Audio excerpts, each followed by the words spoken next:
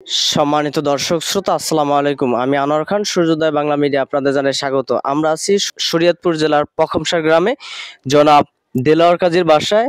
দেলোয়ার কাজী আদা চাষে ভালো লাভবান হয়েছেন এবং তিনি একজন সফল উদ্যোক্তা। তার আদা চাষ সম্পর্কে আপনাদেরকে জানানোর চেষ্টা করব। কাকা, কেমন আছেন আপনি? আলহামদুলিল্লাহ আছি ভালো। এই যে আপনার আদা চাষ, এই আদা চাষ আপনি কতদিন যাবত করেন? আমি ৩ বছর ধরে করি। আপনি অন্য অন্য ব্যবসা রেখে এই আদা চাষে আপনি মনোনিবেশ করলেন বা আদা চাষে আপনি মনোযোগী হলেন, এর কারণ কি? অন্যান্য ফসলের থেকে আমি আদা চাষে লাভবান বেশি।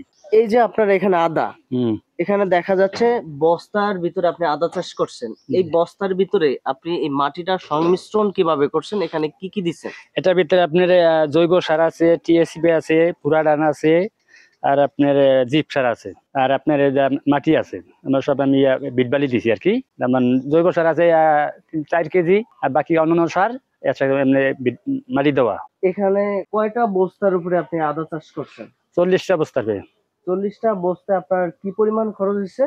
ধরেন সর্বোচ্চ 1000 টাকা খরচ আছে। 1000 টাকায় এখানে ধরেন কত টাকার ফলন আপনি পাবেন?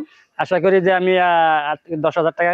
আপনার একটা বস্তার ভিতরে কি পরিমাণ আদা হবে যখন আদা উত্তোলন করবেন? ধরেন আপনার 3 কেজি থেকে 3.5 কেজি পর্যন্ত হয়, 4 কেজিও হয়।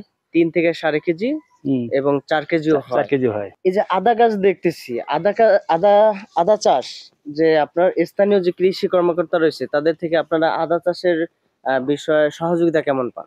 সহযোগিতা আপনি যারা আপনি বস্তা দেয়, আর কিছু সার দেয়, আর বীজ দেয়। মাঝে মাঝে খোঁজ খবর নেয় তারা? খোঁজ খবর নেই। কোন রোগ বাইলে রোগ টোকালে আমরা খোঁজ খবর নেই, জিজ্ঞাসা করি, তারা বইলা দেয় এই ওষুধ লাগবো। পয়লা বছর ওষুধ দিছিল। তুমি এই পাশে আসো। আদা চাষে রোগ বালাই কেমন, বা এই আদা চাষে আপনার পরিচর্যা কেমন? এটা রোগ বালাই নাই বলতে বলা যায়। একটু একটা পাতা খায়, একটা পোকা আছে, ওই একটা পাতাই খায়, অন্য কোনো রোগ বালাই নাই। যখন ওই রোগটা পাতায় দেখা যায় তখন আপনি কি করেন মূলত? ইয়া আছে, ওটা ওই ওষুধের নাম জানি কি, ওটা স্প্রে করে দিই আর কি। স্প্রে করে দিলে ওষুধটা পরে ওই পোকাটা চলে যায় না? পোকাটা চলে যায়। আপনার এই যে আদা গাছ এখন দেখা যাচ্ছে মোটামুটি সুস্থ, এখন আদা গাছ কি সুস্থ? হ্যাঁ, আদা গাছ সুস্থ। আপনার এই সেওয়ার কারণে একটু পাতাটা একটু হলুদ হয়েছে। যেমন পুরা রোদ থাকলে আর পাতাটা হলুদ হইতো না। এই কলা গাছটা আবার এই যে এই বস্তার মধ্যে আপনার কয় পিস আদা দিচ্ছেন এখানে? 4 পিস। 4 পিস? 4 পিস আদা থেকে এতগুলা গাছের জন্ম হয়েছে না? এই আদা বছরের কি মাসে লাগানো হয়? এটা আপনার চৈত বৈশাখ 2 মাস লাগানো উপযুক্ত।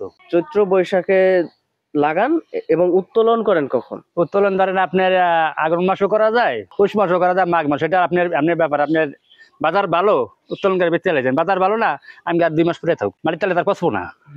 ফিরে আপনার ফাল্গুন মাস তৈরি, ফাল্গুন মাস পরা থাকা যায় না, গ্যাস উঠিয়ে জায়গা ফাল্গুন মাস পর্যন্ত লাশ। যারা আদা চাষে আগ্রহী বা আদা চাষ করতে চায় তাদের উদ্দেশ্যে আপনি কি বলতে চান?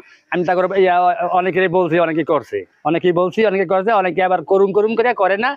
আমার দেশে হয় নাকি? আমি গেলে আমি তো 3 বছর ধরে করতে আছি, আমি অনেক লাভবান।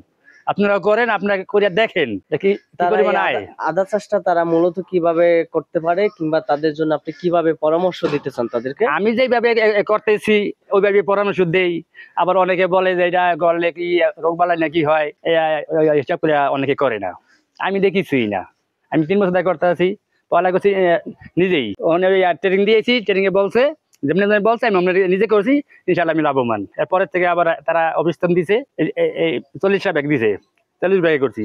এই বছর আমি নিজে আরো 33টা বাড়াইছি। যদি আপনি সরকারি অনুদান পান বা সরকারি কোনো প্রণোদনা প্যাকেজ পান, তাহলে কি এই আদা চাষটা আপনি আরো বাণিজ্যিক ভাবে করতে চান? আর বাণিজ্য বেশি করতে চাই। এই বছর আমার করার উদ্যোগ ছিল, আমার 1-200 বস্তা করুম। তা ওই 10 মাসে তো আবার ওই দানে ব্লক হয়, তো আমি নিজের বঙ্গে আছে, ওই কাজে চাপে পড়ে আর কি করতে পারি না। এই বছর 200 বস্তা করার উদ্যোগ ছিল আমার। সম্মানিত দর্শক শ্রোতা, আদা চাষ হচ্ছে বাংলাদেশের মধ্যে ব্যাপক জনপ্রিয় একটি ব্যবসা এবং আদা চাষে বর্তমান যে তরুণ প্রজন্ম তারাও ঝুঁকছে এবং আদা চাষের জন্য কাকার সমান বয়সী যারা, তারাও আদা চাষে ভালো লাভবান হয়েছেন। কাকা সেটাই বলতে চেয়েছিল। আদা চাষ যদি আপনারা করতে চান তাহলে আপনাদের স্থানীয় কৃষি কর্মকর্তার সাথে যোগাযোগ করতে পারেন, অথবা সূর্যোদয় বাংলা মিডিয়ার সাথে যোগাযোগ করতে পারেন। আপনারা সকলে ভালো থাকুন, ভালো রাখুন চারপাশের সকলকে। সূর্যোদয় বাংলা মিডিয়ার সাথেই থাকুন, পাশেই থাকুন।